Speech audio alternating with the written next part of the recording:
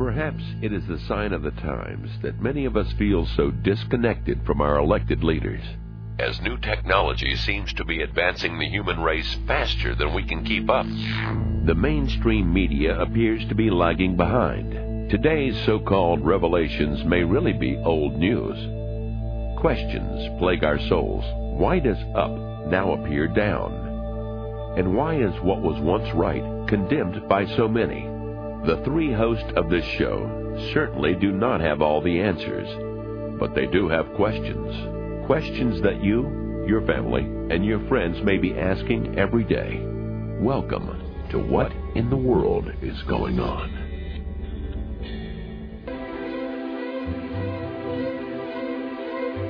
Hi, I'm Ed Galloway, and welcome into Part 3 of our interview with Robert Morningstar. Robert has spent 50 years investigating the Kennedy assassination and will give us his final thoughts on what he believes to be a major conspiracy, a conspiracy that changed the course of American history. We begin with a closer examination of the Spreaker film and some of the court proceedings in the mock trial with a key witness to the assassination.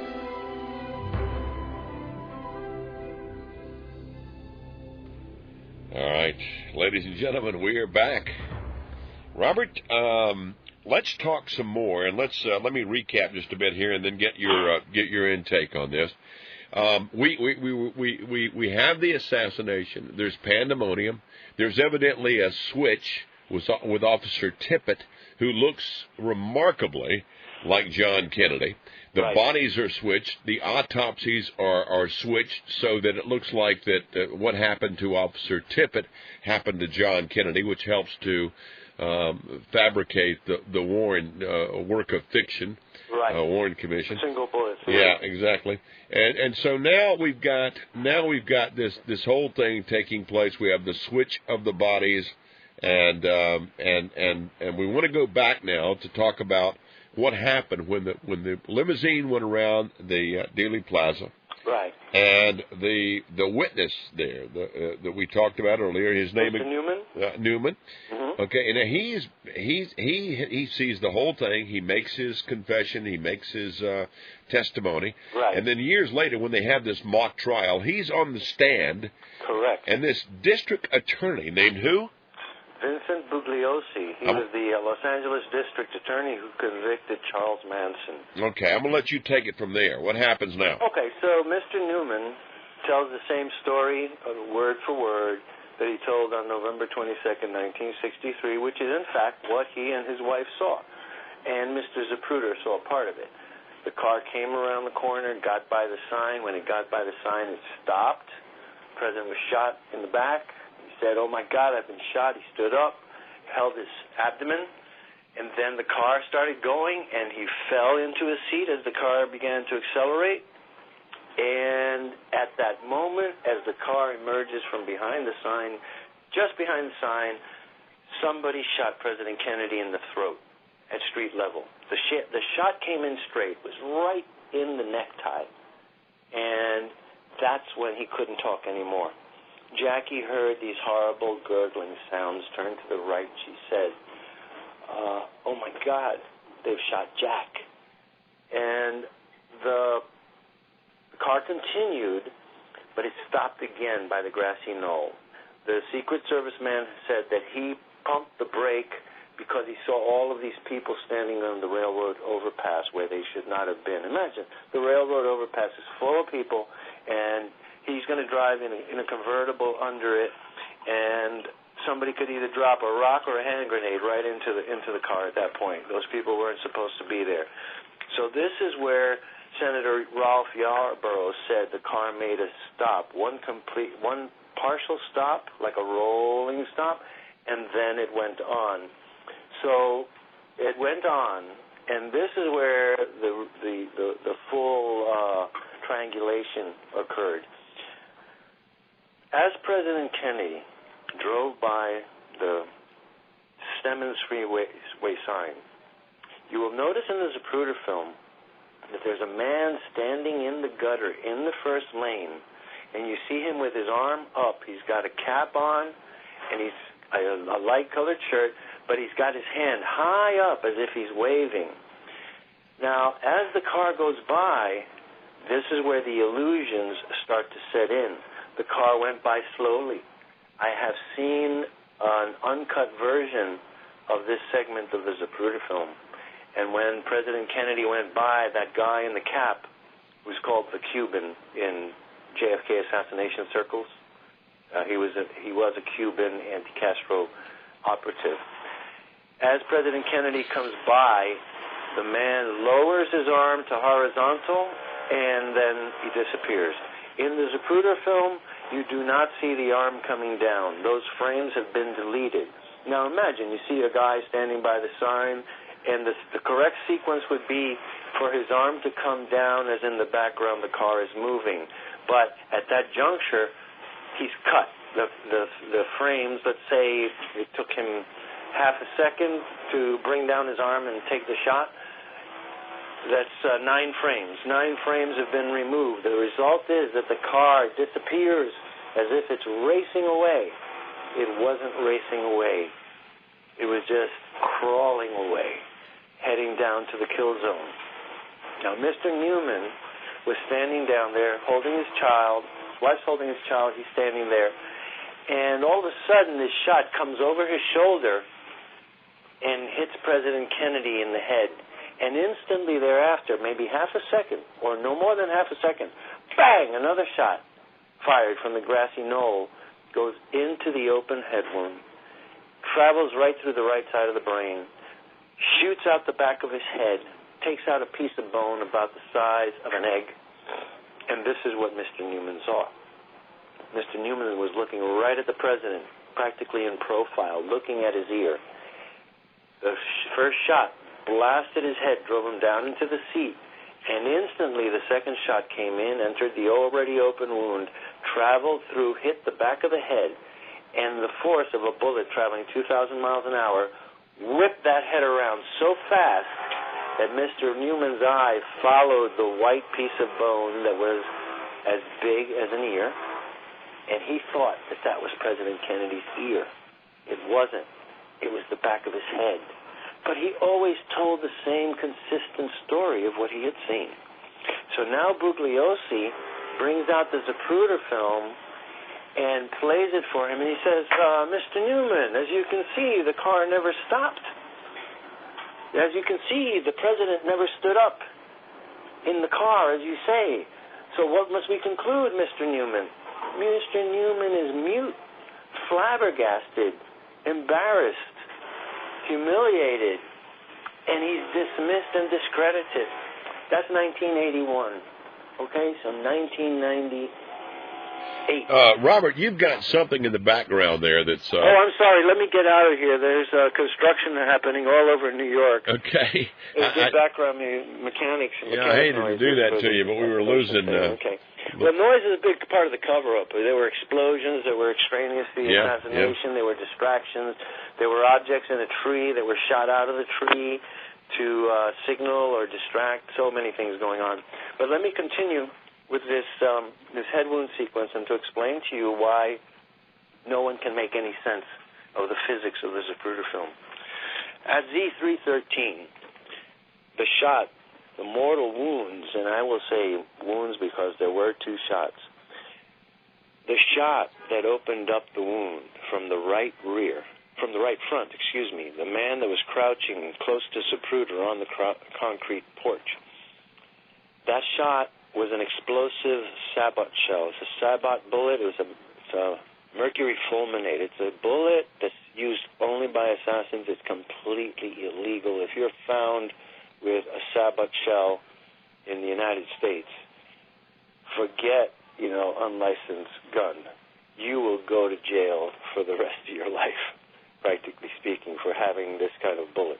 The bullet has mercury fulminate inside in liquid form. The bullet will come in, break open, and it explodes, leaving speckles, which are seen in some of the X-rays. Not all of the X-rays are President Kennedy's. Most of them are Officer Tippit. Some photographs, the real close-ups of the wounds, some of them are President Kennedy. So this event happened. Mr. Newman saw it, And in 1998, on the afternoon of November 22nd, after the commemoration in Dealey Plaza, I'm on the second floor there at the Adolphus Hotel, and who walks up? Mr. Newman. And I walk up to him and I said, Mr. Newman, my name's Robert Morningstar. I've been waiting to talk to you for, well, that was then 36 years, something like that. 35 years, as I said before. And I said, Mr. Newman, I want to tell you something. I said, I saw you the night you testified, that you gave your eyewitness account on CBS, and I saw your wife, and I saw you many times on The Men Who Killed Kennedy, and I saw you in the trial of Lee Harvey Oswald when Vincent Bugliosi used the Zapruder film to discredit you. I want to tell you something, Mr. Newman. What you saw is what really happened. And now I want you to forget about Bugliosi. I want you to forget about everything that anybody has ever said to you about what you saw, because I know what you saw. You saw what really happened. I heard you tell it on that night, and I want you to tell it to me now without any regard to the Zapruder film. And then I'm going to tell you something. Okay, so that's how I did it. Mr. Newman was a perfect gentleman. I had this camera, the video, with the battery running out. And when the battery was running out, I would turn off the screen to save battery power. And I did that. So my video of it is like I have him in the frame and it's moving around. But what he says is exactly what I told you. And at the end of it, I said to him, now let me tell you what happened. Wait, recap. What does he say to you? He says to me that he saw the car come around the corner. He saw the president come down the street in the limousine. When it got by the sign, he heard a shot. The president stood up and held his sides, and he thought it looked like he was a practical joke or something, that he was playing a joke. The president was playing a joke. That's what he thought. And then he fell back into his seat, and then he came by in front of him, and this is the important part. He said, people have interviewed me for years. They asked me where the shot came from. And then they put on television, and they say that I said that the shot came from the grassy knoll, or that I said that it came up from the Texas School Book Depository. I never said that. I've never told anyone that it came from the Texas School Book Depository. And I've never said that it came from the grassy knoll. What I've said is the shot came from directly behind where I was standing. Then he did a gesture. As he was telling this story, he made a gesture. He said, the shot came from behind, and he kind of thumbed backwards like hitching a ride, but the thumb is pointing from where he thought the shot came from. So he says to me, the shot came from behind, thumb pointing back, from behind where I was standing. Then he put his hand up like you're taking the oath, showing the palm. Then he flexed his wrist to create a downward slope of about 40 or 45 degrees, and he zipped, like when we say an airplane, you zip an airplane, you show your hand as if it's an airplane. He went, thumbs back, came from behind me, hands up, like I swear you're telling the truth, and then he zipped down his hand, and he shot his hand straight forward like that, as if it was the trajectory of the bullet that was hitting President Kennedy. And he said, and then I saw his ear was shot right off.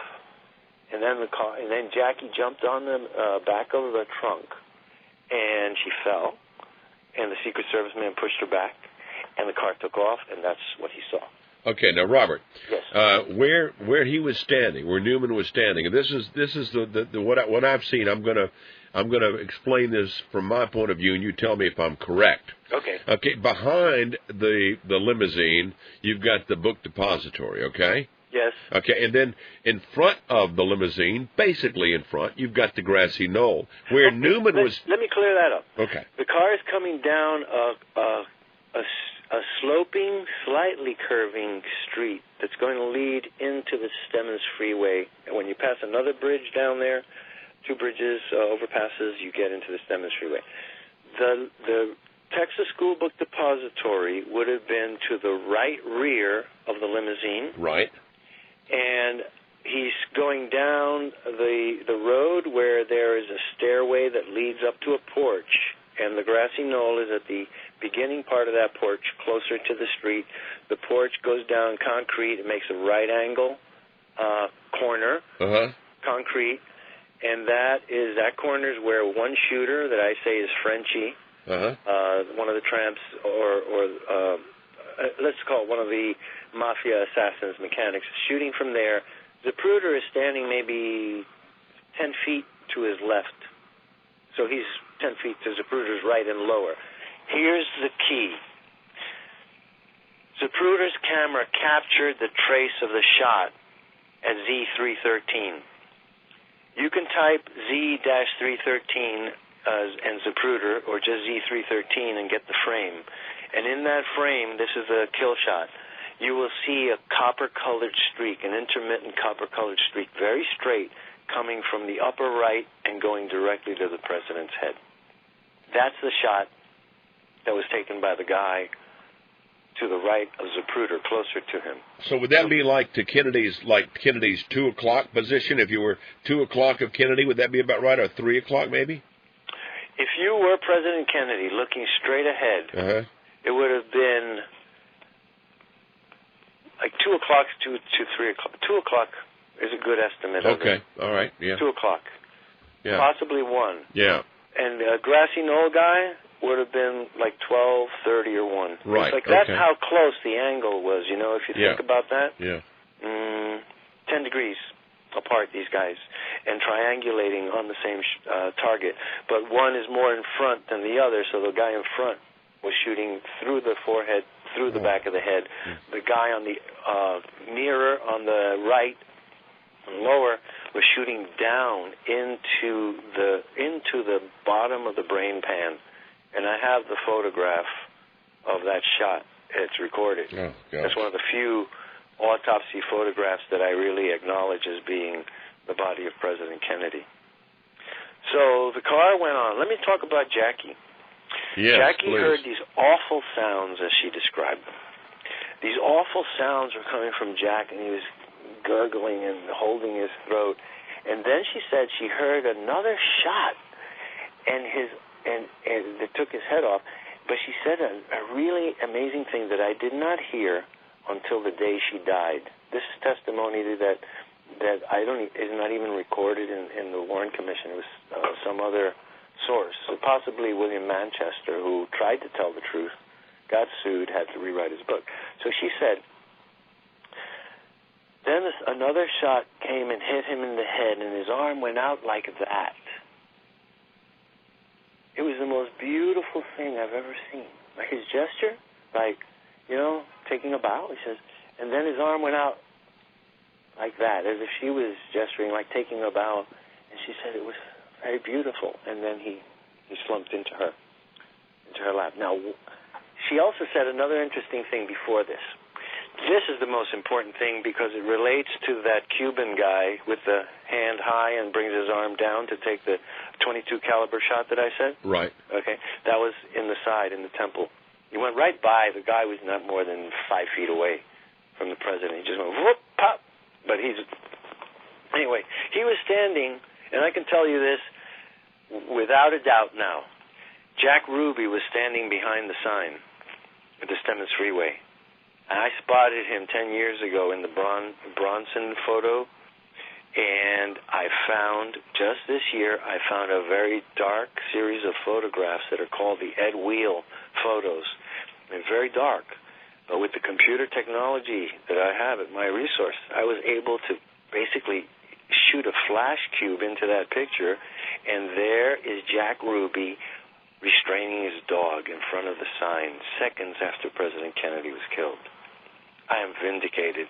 People said, no, you're wrong. You're mistaking a child for a dog. It was Jack Ruby. He was there. Wow. And James Files said that Jack Ruby was up the street, and the Hughes film shows a very portly man walking quickly with a pork pie hat away from the scene. Okay. Well, what did Jackie say now? You were getting to the point. Jackie said a very important thing, that he was holding his throat, making all these gurgling sounds, and then that he took his right hand and he put it to his forehead as if saying, oh, I have a headache.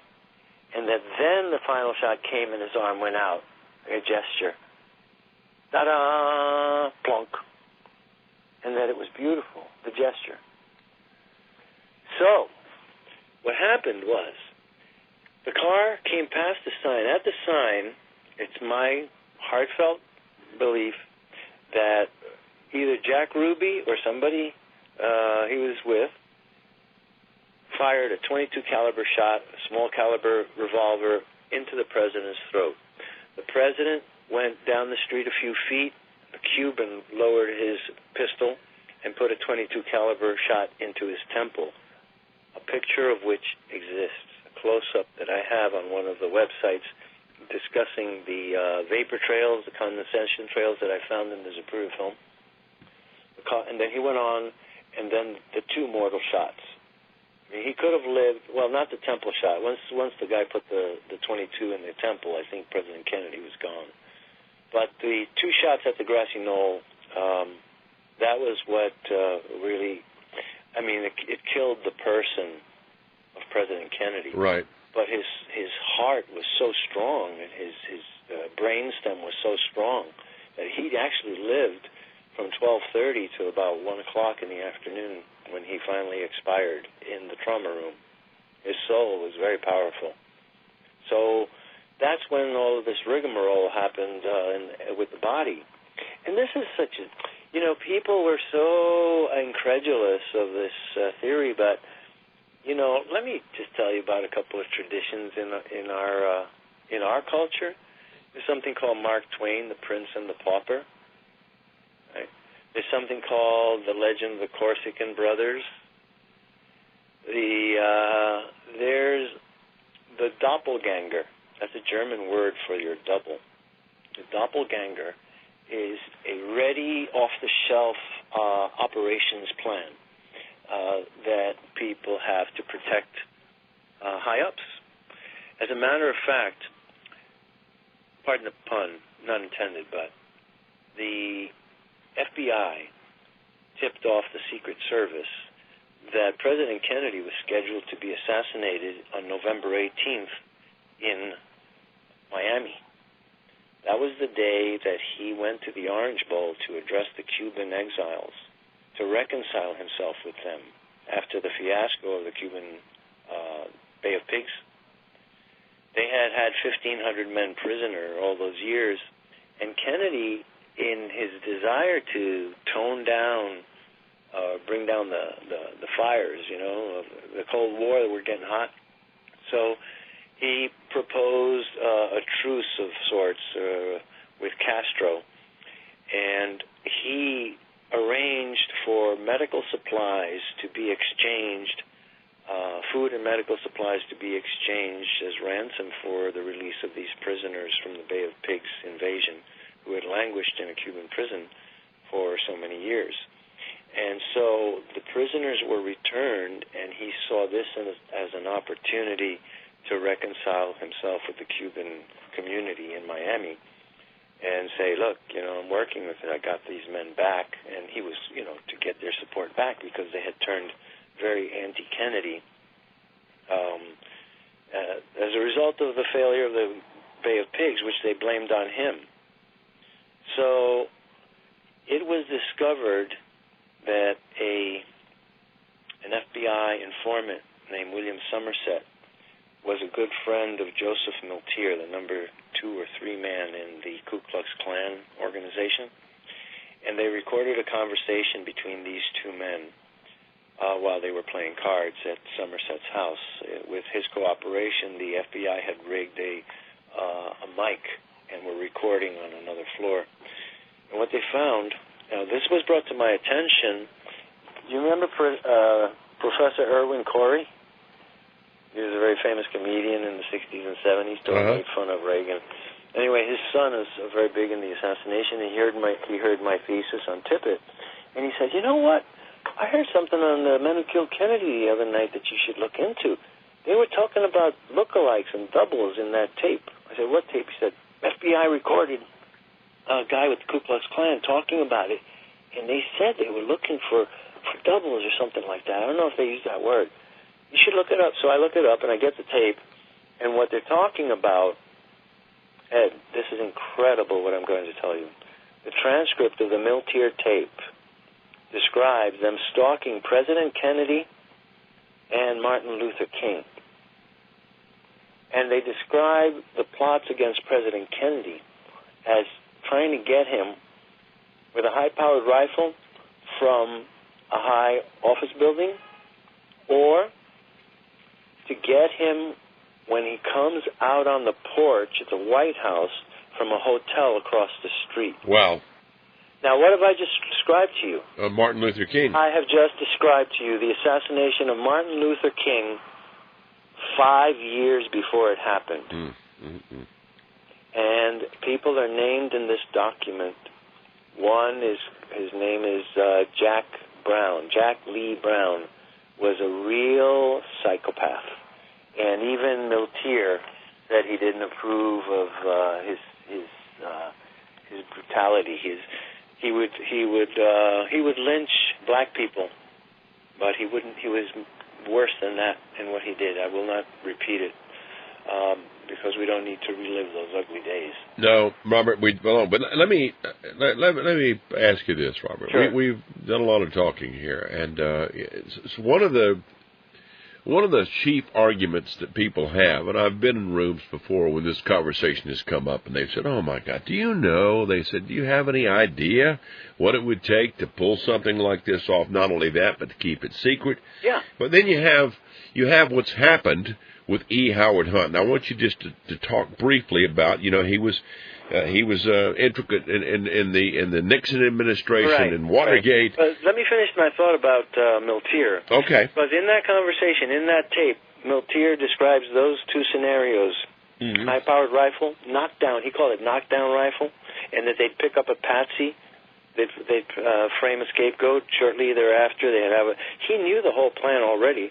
How the rifle would be disassembled and put in hidden somewhere, not found. A scapegoat would be captured.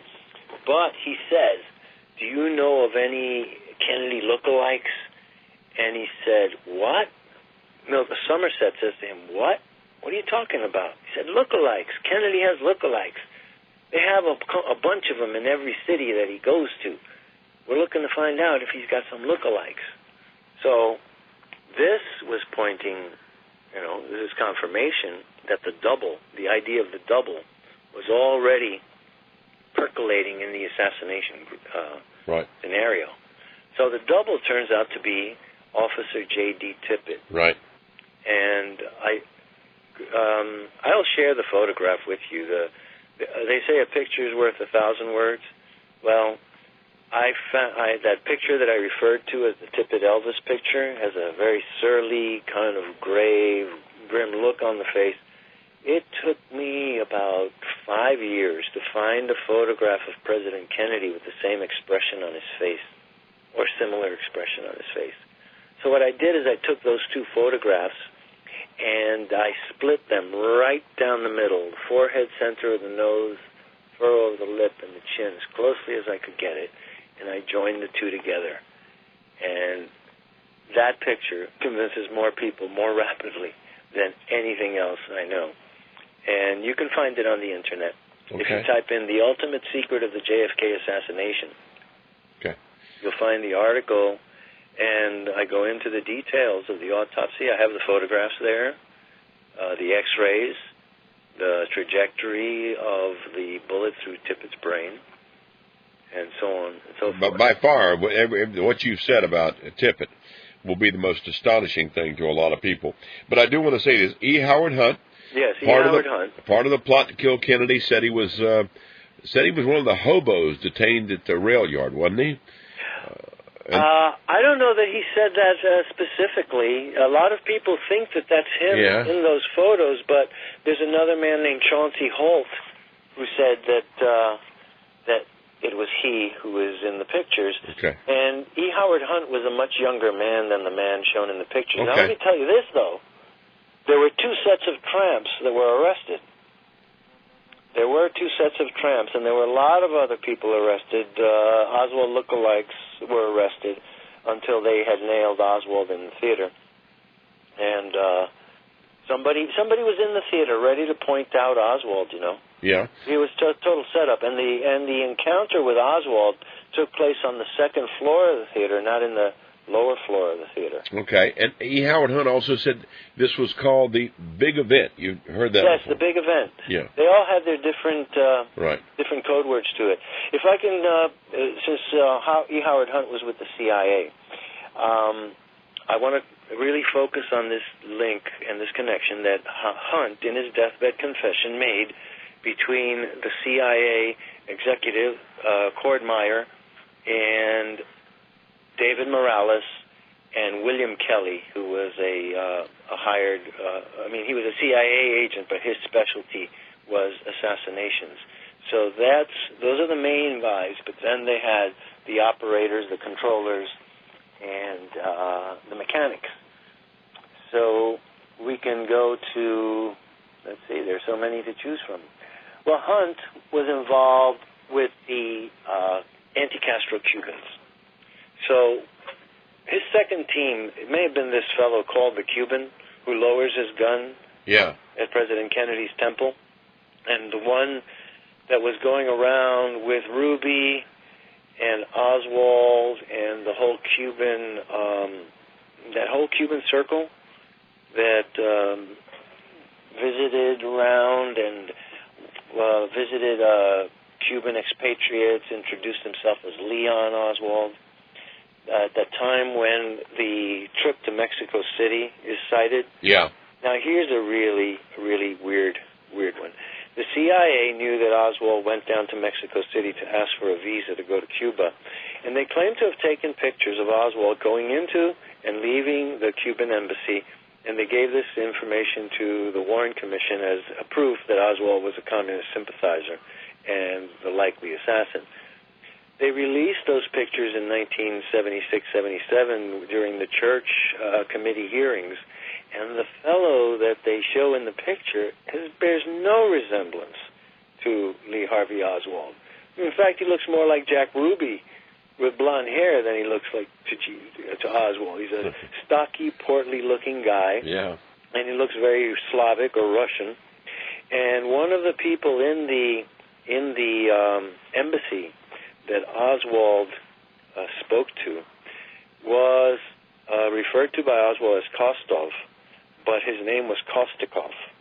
And Kostikov was the head of Department 13 of the KGB, which dealt with assassinations.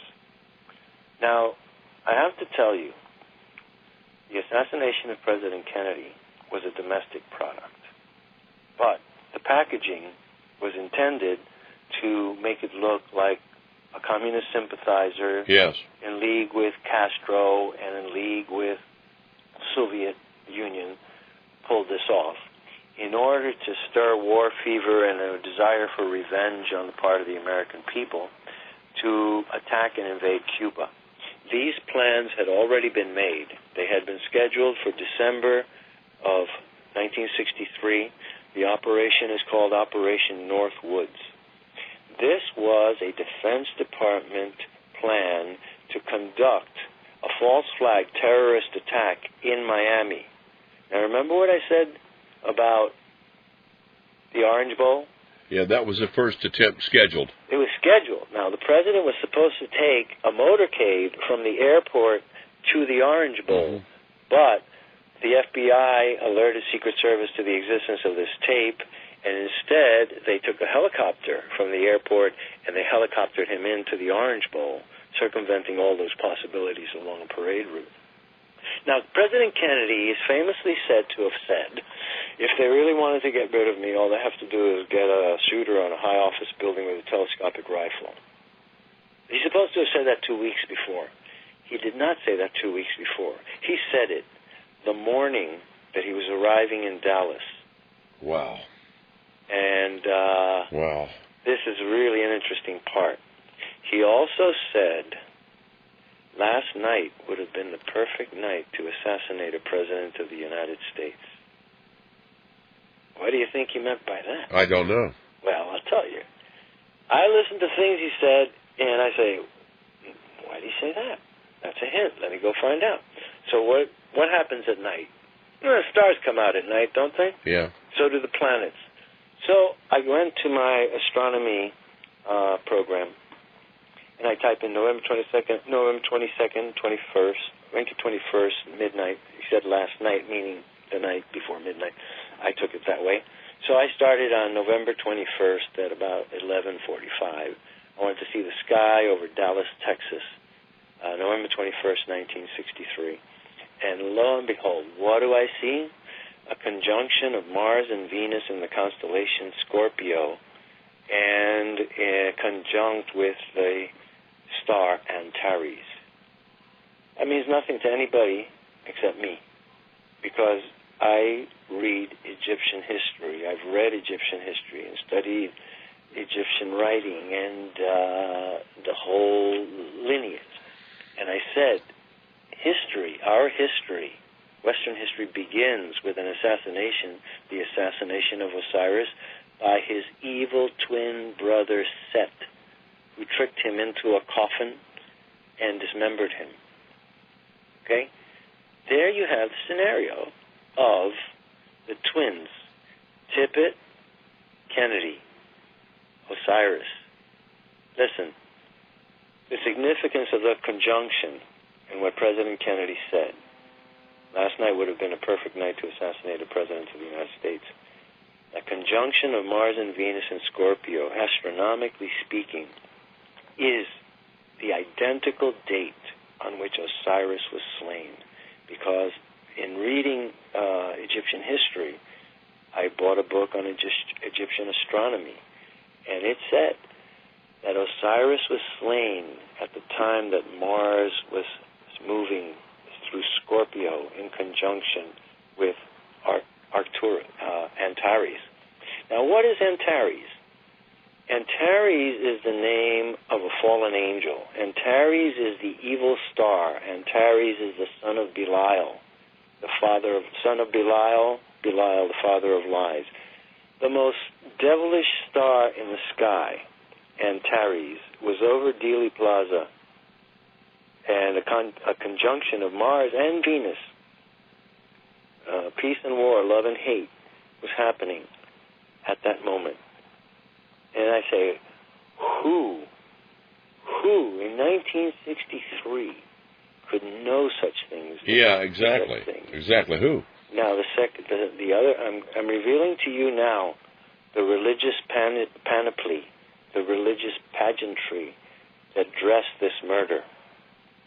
November 22nd, 1963, was the 656th anniversary of the slaying of the Templar Grand Master Jacques de Molay when he was burned at the stake along with the Templars by the King of France, the Catholic Church, which ended the Templar reign in France, confiscated all of their possessions.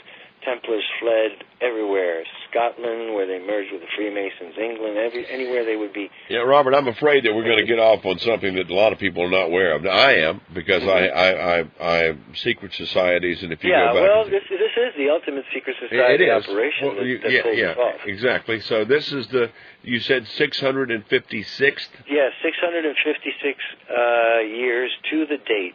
And if you're into numerology, you can see that there's a shortfall there of 10, right? If you really want to make the connection with 666, but that 10 is supplied by the number 1963. Because if you add 1 and 9, you have 10. 6 and 3, you have 19. 1 and 9, you have 10. So 656 plus 10, that's 666. So this is the arcana. You see, this is the arcana of the mindset that designed this. The turns of the car, the time of the day, correspond to the assassination of Hiram Abiff.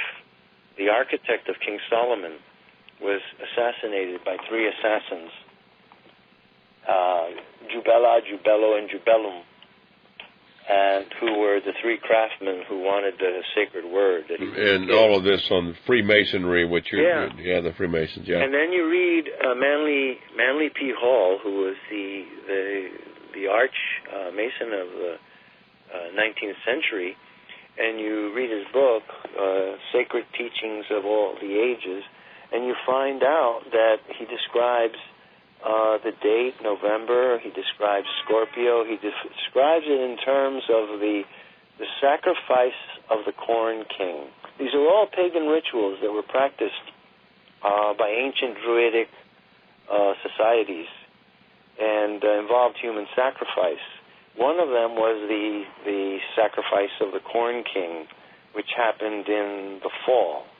To make sure that the sacrifice of the corn king in the fall fertilized the earth and would rise again with the coming of the spring and Easter, as we call it, or Esther, as it was called in pagan times.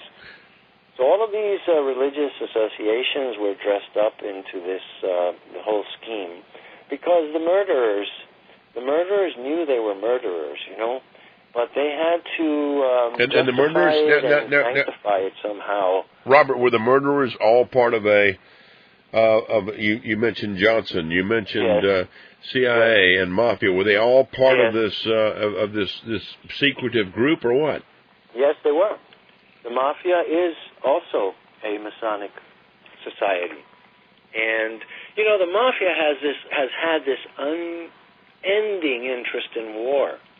And I didn't understand why until I found out that 80 or 90% of the sulfur that goes into explosives is mined in Sicily. Wow. Talk about arms merchants of death, huh? Follow the money, huh? Dynamite, explosives, all of those infernal chemicals that feed war and death by explosion are in that sanctuary of the Mafia. Sicily was producing tons and tons and megatons. We could go on with this forever, Robert, so we want to wind this up a little bit. Can you bring it back on? Because this is the one thing I did want to mention, is that this was a religious event. It was John F. Kennedy was a sacrificial lamb in a ritual human sacrifice that put a very diabolical person into the White House, a diabolical person who was about to be impeached that day. People don't know. Some people do. That Johnson was going to be impeached? Johnson had been told by Kennedy, do not come to Washington. Through that summer, he had been implicated in two outstanding scandals. The Bobby Baker affair, where he was taking bribes cash bribes in shopping bags from mafias, opening mafia casinos, standing in, where in Atlantic City when the mafia opened its first casino, Johnson was there, and they took his picture, and Hoover knew it, and Kennedy found out about it, and he said, what is that guy doing? I can't have the President of the United States, the Vice President of the United States, getting his picture taken with known members of the mafia, promoting gambling. But the killer was the Billy Solestes affair, in which Johnson had favored his friend Billy Solestes to help him obtain vast tracts of land, government land that was being sold. Billy Solestes was able to get it for 50 cents an acre, and then was able to turn it over for $100 an acre. So we have Johnson getting ready to be impeached. Who was going to bring up the impeachment? The impeachment proceedings had already been brought, and the vote was coming down that afternoon. I have never. That was what was on the agenda. So if Johnson had not made it through November 22nd to November 23rd, he would not have been Vice President of the United States the next day, and he would have been on his way to jail. Now I see. Yeah. Kennedy had told, he had a meeting with the editors of Time and Newsweek and the Washington Post, and saying, look, he's not going to be on the ticket next year, and one of the reasons I have to go to Texas is to heal the party and to find a candidate. And another thing that happened was on the morning of November 22nd in Fort Worth, President Kennedy had a vociferous and volatile, explosive argument with Lyndon Johnson, because Lyndon Johnson wanted to change the seating in the motorcade he wanted his arch enemy, Senator Ralph Yarborough, to ride with President Kennedy, and he wanted his protege, what people have described as his adopted son, John Connally, to ride with him in his limousine, which would have shielded Connally from the consequences of the assassination. And Connally was governor of Texas. Yes, he was the governor of Texas. Right, okay. So I believe that Kennedy went down there, and the handwriting was on the wall for Johnson. He'd been told, you're not going to be the vice president. You know, you've disgraced this administration. He was told to leave. He was told to leave Washington during that summer. And as a result, he went to Texas, and he said that he was trying to heal the party, but he was setting up the scenario and the contact. He knew Jack Ruby. I knew Lyndon Johnson's mistress, Madeline Brown. In 1996, I spoke with her for hours and hours on the phone. She sent me an unexpurgated copy of her book, her memoirs, Texas in the Morning. She told me Lyndon Johnson said to her that morning that he was in a rage. Now, here's where you have to read a lot of different sources to put these things together.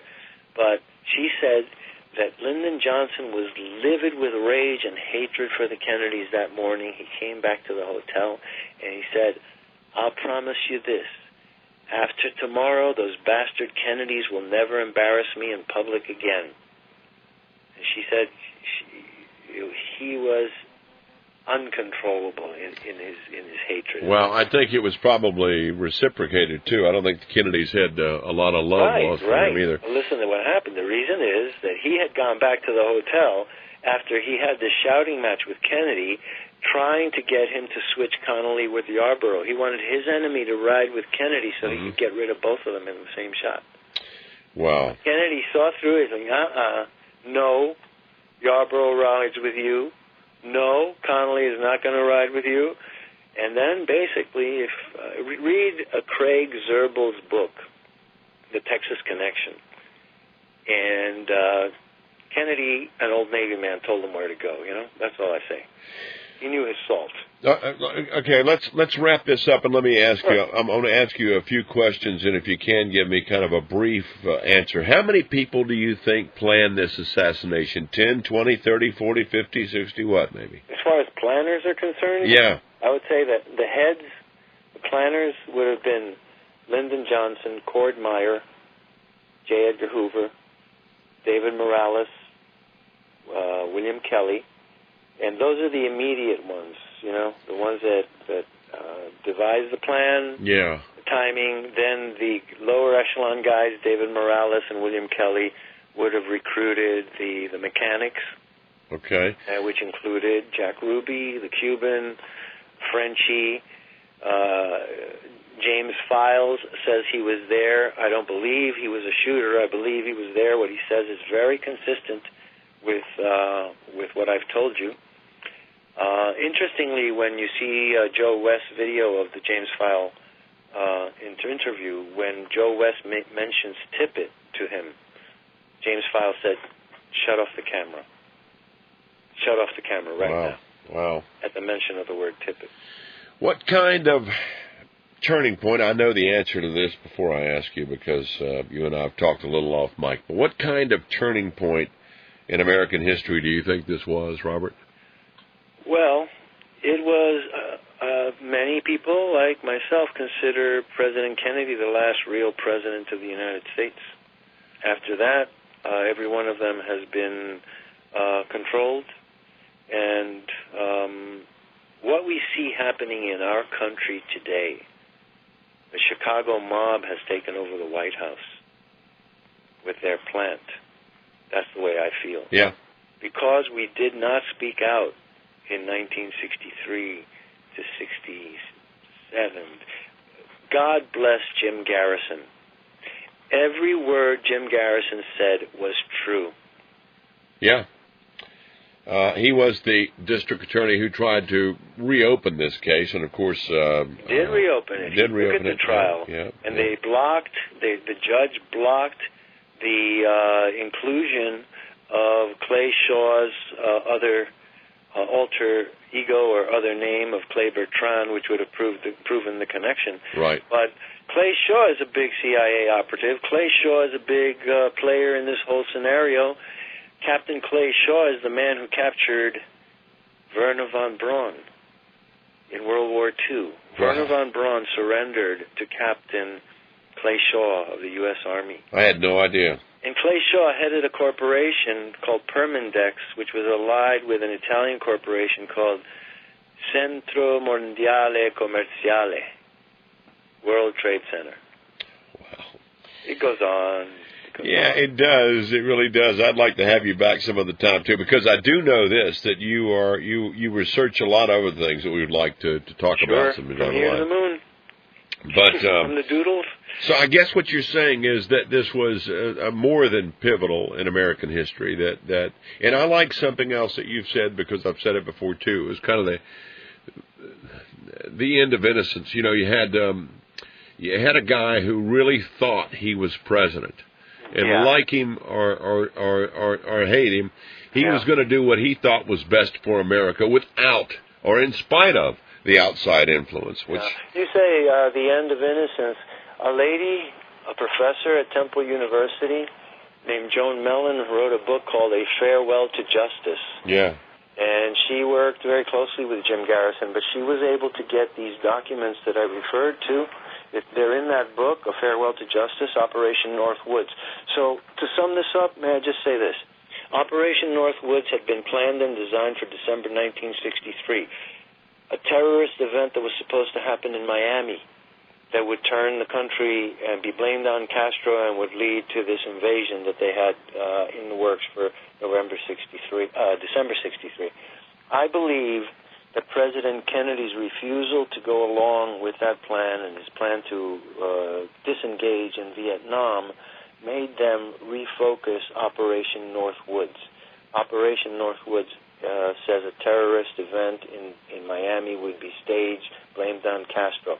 They switched the focus and the target. They switched the focus to President Kennedy as the target, his death, the terrorist event that would be blamed on Castro. So the plan was already laid out in Operation Northwoods. Only the target, the detail, the city. And as we know, there was a plot in Chicago, there was a plot in Miami, there was a plot in Dallas, the successful one. They were going to get him by hook or by crook. And let me just say this, the mind control aspect of it is so vast that they told the people the name of the assassin a year before the assassination. Do you know what I'm talking about? I do not. I'm talking about the movie The Manchurian Candidate. Oh, yeah. I saw that movie as a kid, first run. I went to see it twice. I told you, my degree is in psychology, so I've always been interested in psychology, and I didn't understand that movie. Why were those Chinese communists and Russians turning into old English ladies, you know? I didn't get it. Yeah. It took me a few times to see it. But there's something about that movie that bothered me every time I saw it until I figured this out in 1996. Why would they get an English actor to play an American Marine? Right? You get it? Okay, I'm going to lead you through it. You need to lead me through this. I know that Frank Sinatra was in that movie. Frank Sinatra was in it, yeah. And a lot of other great stars. Yeah. Who played Raymond Shaw? I can see his face. I don't know who. Yeah, you can see his face, but you can't see his name. Right. He's an Englishman, but he's a man with an English name. He was born in the Ukraine. He was Ukrainian and raised in England. His name is Lawrence Harvey. Why in God's name would they get an English actor to play an American Marine who suffered privation and mind control? I don't know. Well, let's look at his name. His name is Lawrence. It's spelled Lawrence. Block out the A, block out the W, block out the first R, leave the E, leave the S, block out the N and the C. And what you have in his name embedded is Lee Harvey. Write down Lawrence Harvey. Okay. Scratch out AWR. Leave E. Scratch out NC. Leave E. Read it. Read it to us. Read it. Read it to yourself. Lee Harvey. No, yeah, okay. Lawrence Harvey has embedded in it the words Lee Harvey. The assassin in the Manchurian Candidate, the mind-controlled, brainwashed dupe of the North Koreans, comes and he kills he's supposed to kill the president, but his conscience, his soul emerges, and he really kills the communist at the convention. But that was the answer to my question. The Manchurian Candidate was a plan to massage the collective unconscious, the national subconscious, and embed it in there a year before, so that when, who was the killer? Who shot? Oh, the guy's name is Lee Harvey. Oh, where have I heard that before? Sounds right. It's very good. Why? Because a year before, everybody saw the Manchurian Candidate, and Lawrence Lee Harvey was the killer. You see how mind control works? You plant an idea in the subconscious, and when the disinformation is presented, the mind is receptive to it. I ask your audience, take a look at that Zapruder film. You've been under an illusion. It's a mass-controlled, a mass hallucination, consciously engineered mass hallucination. Well, I got to tell you something. I've never been comfortable watching that thing. It's meant to disturb you. Yeah, but it's not just that. It is exactly what you say. It looks like it has been interfered with. It looks like it does look like it jumps, but you can't see it really. Right. I've never been comfortable with it though. Right. Well, this is what you've experienced. What you told me, your discomfort. There's a name for that in psychology, in abnormal psychology. It is a state called cognitive dissonance, and it's the state that I experienced the very first time I saw the Zapruder film on CBS, when Dan Rather made that famous lying statement that we cut the film because of a ghastly scene of the president having his head shot off. But the president's thrown violently forward, he said. He totally misled the entire nation, and nobody knew for another 15 years that he had been lying. The Zapruder film is an optical illusion, consciously engineered. The physics of it will never work. It's like taking LSD, Yeah, fortunately, I never did that one. I'm telling you, it is engineered in that manner. And the cognitive dissonance state is when your conscious, rational mind is presented with two sets of information presented to you as fact, but which contradict each other. There is no way the human mind and human eye can conceive of the reality of the Zapruder film. It just doesn't look real. It doesn't look like it could have happened. But you're being told that you're seeing a film of President Kennedy's assassination as it happened, and it's a total lie. Your soul recognizes that. Your subconscious recognizes that. And your subconscious communicates with your brain and says, you got to tell this guy, your ego. Let him know. How do you, make him feel sick, make you feel upset.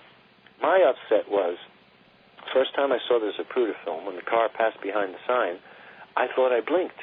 I was there with a 23-inch TV set, color TV set, just really, and I was glued to it, and maybe, I would say 4 feet away from it, because I always like to be close to the screen. And I'm consciously, intently observing this, and all of a sudden, blink, something happened, and I thought, wow, I blinked. I missed something. I blinked at such an important part. How could I do that? So then I said, they'll show it again at the 11 o'clock news, because they would repeat the 7 o'clock news at 11. So I stayed up. And now I'm remembering 7 o'clock I missed something, so I'm really going to concentrate. So I got closer to the TV set, and I think, blink. I blinked again at exactly. I used to watch TV totally in the dark, no lights in the room. So I blinked. And I walked away with a bad feeling in my stomach, like something's wrong here. How could I possibly blink at the same instant at 7 o'clock and at 11 o'clock? This doesn't make sense. And I walked away with a really bad feeling in the pit of my stomach. What happened was, In 1992, I found that version of the Zapruder film, and what they had done to hide the disjunction when the car passed behind the sign. Remember, Mr. Zapruder said he saw the president's head pop up and fall back down? They had to cut that out.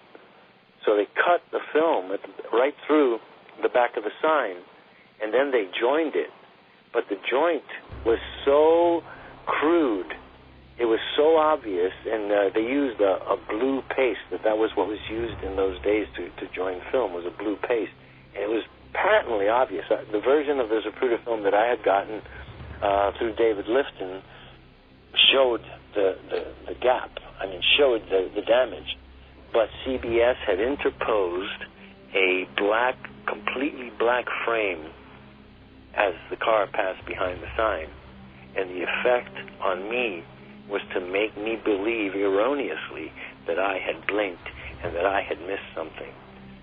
But it took from 1968 to 1993 when I got that copy of the film. 25 years. Well, Robert Morningstar, what a trip this has been. One that we've really enjoyed.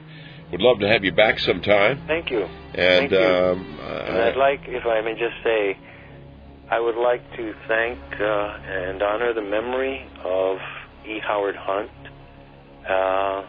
who redeemed himself by telling the truth. Yes. And living up to his son's name. You will know the truth, and the truth will set you free. Yes. And I thank you. Well, I'm speechless. Whoa. That's some powerful stuff, Ed. It is, and I've done enough talking for a while, so I'd really like to, can I ask both of you what your earliest memories are of the assassination and the aftermath and everything? Go first, Mary. I just, me being so young compared to the two of you. Yeah, that's right. But, the thing is that being raised a Catholic, that was huge for us because he was a Catholic president. And I just remember the shock of all of that. And then those are the earliest initial things. And then I just remember that morning when my dad was watching TV and we were supposed to be getting ready for church on that Sunday morning. And they said, oh, my God, they just shot him. And those are the two most distinctive things in my mind from that time period was first they shot the president and then the man who shot him was murdered. And none of that ever made sense to me as a child that would be happening. How could that possibly happen, that the person who murdered Kennedy would then be shot? That was too incongruous for my mind to be able to accept as a child. So it's kind of interesting that as an adult we're discussing a lot of this again. Yeah, I think you were onto something as a child, Jack. I was in the fourth grade. I was in Mrs. Andrews' fourth grade class, and I remember that they pulled us out of our classrooms into the general auditorium area. And, we had a moment of silence, and then they basically told us what had happened. And then there were just a few classrooms at that time that even had televisions. And so they figured out a way to get the TVs so that we could watch the news coverage because somebody realized how prolific that event was and that we should be paying attention to it as, school children.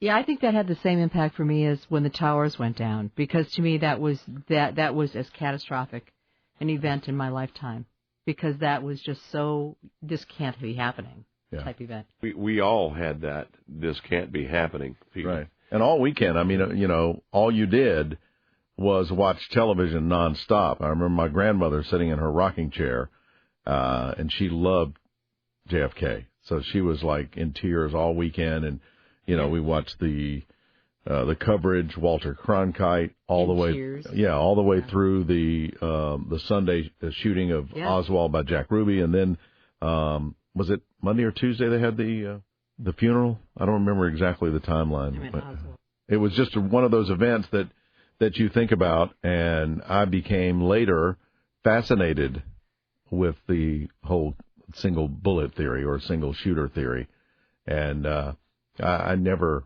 was comfortable And we'll talk about in a few minutes some of the reasons that made me uncomfortable. Do either one of you, and I guess both of you probably do, remember when Garrison was trying to put this whole thing on trial and bring this up? He had questions being done. Do you, Mary? I mean, do you remember anything? You're told to trust these people. Yeah, that was Oliver Stone's whole basis for that movie, of course, was the Garrison, that whole thing with Kevin Costner and all that kind of stuff. But, there are a lot of conspiracies going on even today, but none have really been at the forefront of our historical landscape as that one. And that's the reason it just won't go away as we commemorate the 50th anniversary of this assassination.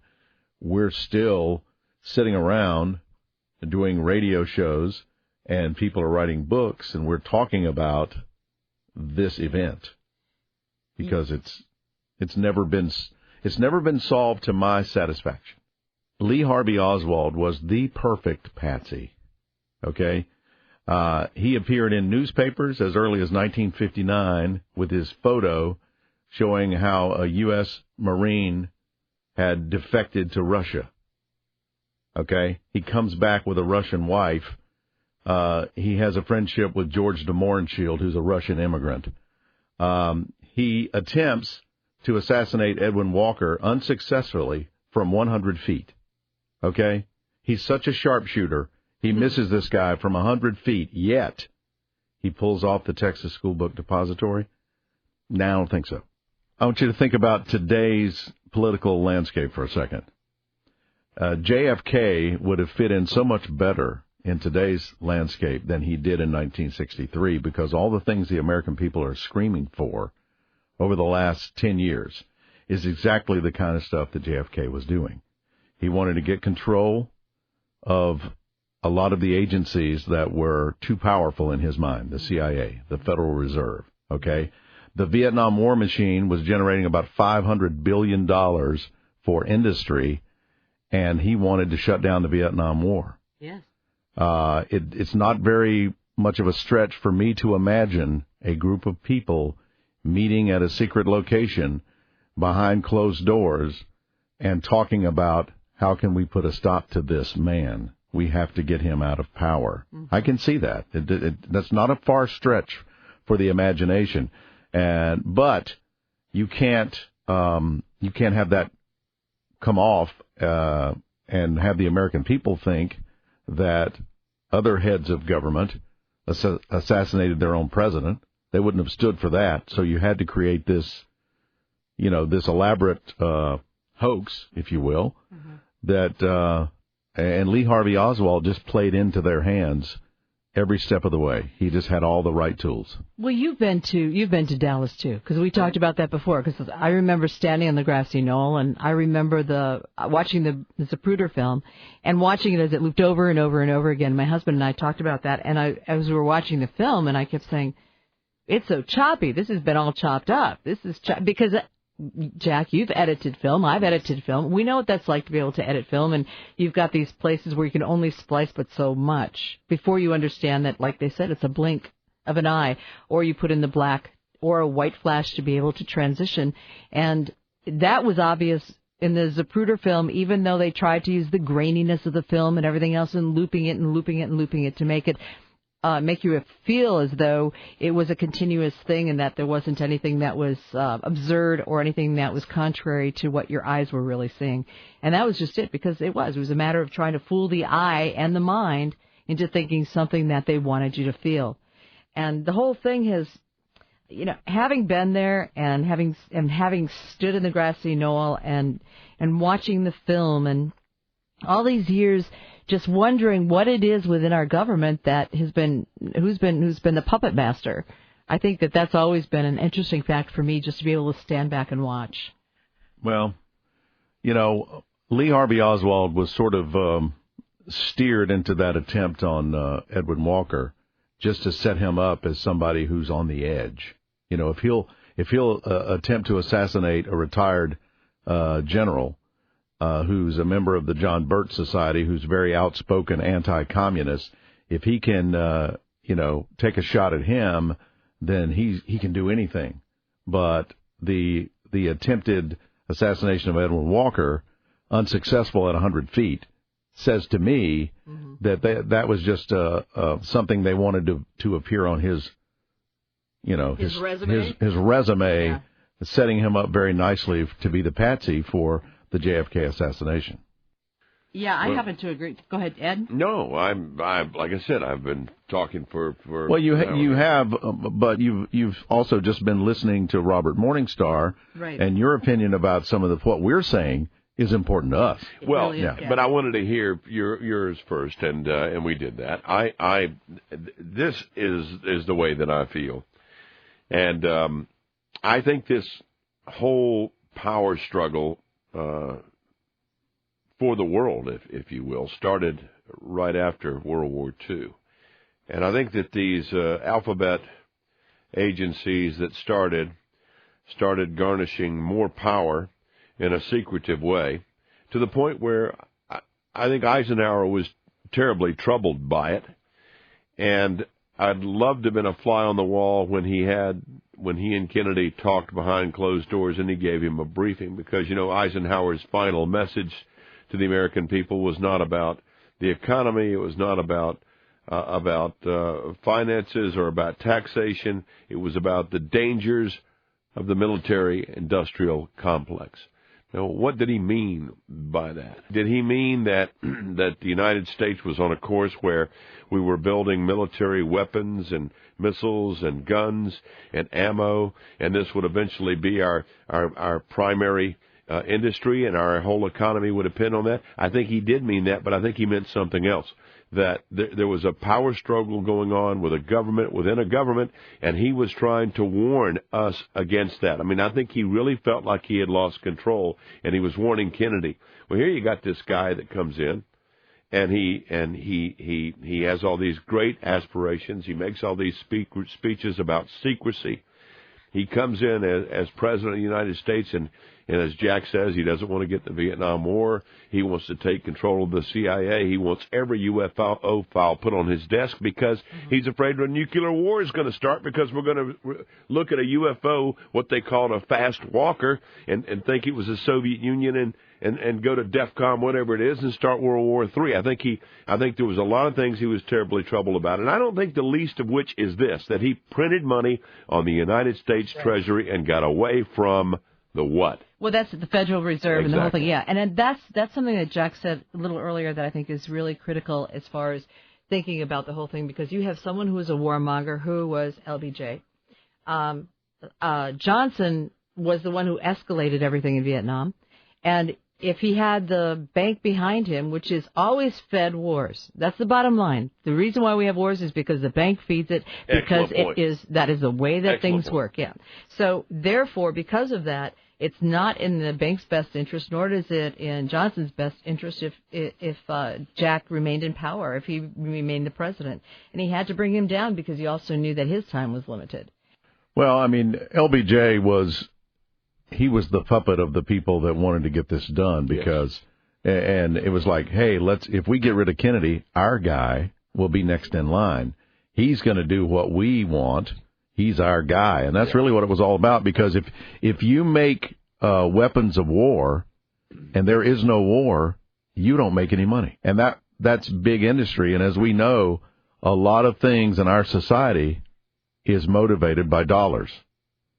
And if you're losing money and you imagine that you're going to lose even more, or that your company is going to go out of business because it's not needed anymore, you're going to go to a meeting that you get asked to come to just to see what it's all about. A lot of desperate measures that were taken.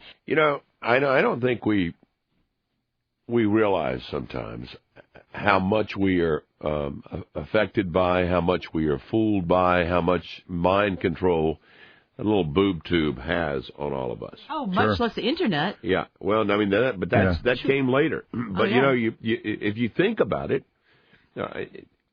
unless you're Superman, most of what you see and what you hear and what you learn and what you believe comes right there from that boob tube. Well, there was a book that was written in somewhere in the 70s. It was called The Powers That Be. And actually, what it did is it explained that the creation of the presidents and of all those that are in power were all a creation of the media. And it's called The Powers That Be, and that was written in the 70s. And they very clearly said the reason why you can actually categorically look at that and say that this was a creative or a power creating source was because those that listened to the Nixon-Kennedy debates on radio said that Nixon won, and those that watched the debates on television said that Kennedy won. And they realized then the power of TV and what it really, really could do. And television has made a huge impact and difference. But, I mean, whether you look at what's going on now or you look through the history files, you're going to see that has changed us all in a way that is not really for the good. Because we stop questioning things. We just take it for granted. Oh, yeah, it's on TV. It's got to be real. Well, you know, Kennedy was young and he was good looking and he was a great orator, and television was just coming of age, and so that was a huge advantage for him. And if you think about it too, the one thing that we really haven't touched on, I mean, we have, but not in this conversation, is that in 1963, what is the one thing the American people were most afraid of? The Russians. The Soviet Union. Absolutely. And how convenient. You know, here's an ex-military Marine soldier who is disenfranchised with his country. And so he takes to the Soviet Union, he defects, he goes and he lives in Minsk, he gets married, and oh, by the way, he goes to the U.S. Embassy, who loans him $5,000, which in 1962 was a lot of money, to get back to the United States. And it seems like a lot of things were in play to make sure that Lee Harvey Oswald was very, very noticed. How convenient for the people who put this thing together. Well, you know, the other things that I do think that we've talked about before has been, you know, Vincent Bugliosi and the fact that he's discrediting people who really did have, with his Zapruder film, who had actually been eyewitnesses. When he talked to Newman and he tried to blow him apart on the stand, obviously there was a real problem there because the government has tentacles that go very, very deep to be able to get to people like Bugliosi and things along that line, to be able to make sure that these people look like fools so that you don't believe them. I remember being in radio in Wisconsin and at the time when the Warren Report came out, and one of the guys that I worked with, Gene Miller at the time, he was a news guy, and he had this deep fascination with the Warren Report and how he always felt that there was something extremely evil and devious about what was going on with that. And when it came out, he said, no, that's not true. That can't be right. He absolutely did not believe it. And I think that as children, we thought there's no way that our government would never do that to our president. As adults, we look and we're going, oh, man, you know, it's just, you got to take off the rose-colored glasses someday. The end of the age of innocence. Yeah. And I tell you what, it's been fascinating. I want to thank Robert Morningstar because what a great guest he was. Oh, my gosh. And to give of his time and all of his research that he's done for 50 years and share part of that with us. And I think Robert would have done a 7-hour interview. I think he would have. Can I have a parting thought? Sure you can. I've never considered myself to be a major conspiracy theorist, but in this particular case, I am. I absolutely believe that Lee Harvey Oswald just happened to be the right place, the right time, and he was steered in a path that would make him the perfect fall guy. And over the years, since I've become interested in this and done some reading, when I hear about a senator or a congressman who is in a plane crash or something, in the back of my mind, I think to myself, maybe he didn't vote the way he should have. It's really scary that you think that, but money will motivate a lot of people to do a lot of things. It is sad that you think that, but I feel the same way, and I think Mary probably does too. But yowza. You know, it's hard to get when you talk about John Kennedy and you talk about the age of innocence. There's a real sadness that comes over about the loss of this great country. He was the right guy at the wrong time. Yeah. I think that every year that goes by, we we tend to put another halo on top of him, not because he was an angel or a saint when he was in office, but because we realize that he was essentially a good man for our country. And a lot of integrity. Yeah. For Jack Daniel and Mary London, it has been a real eye-opener with Robert Morningstar. What in the world's going on? Join us next time.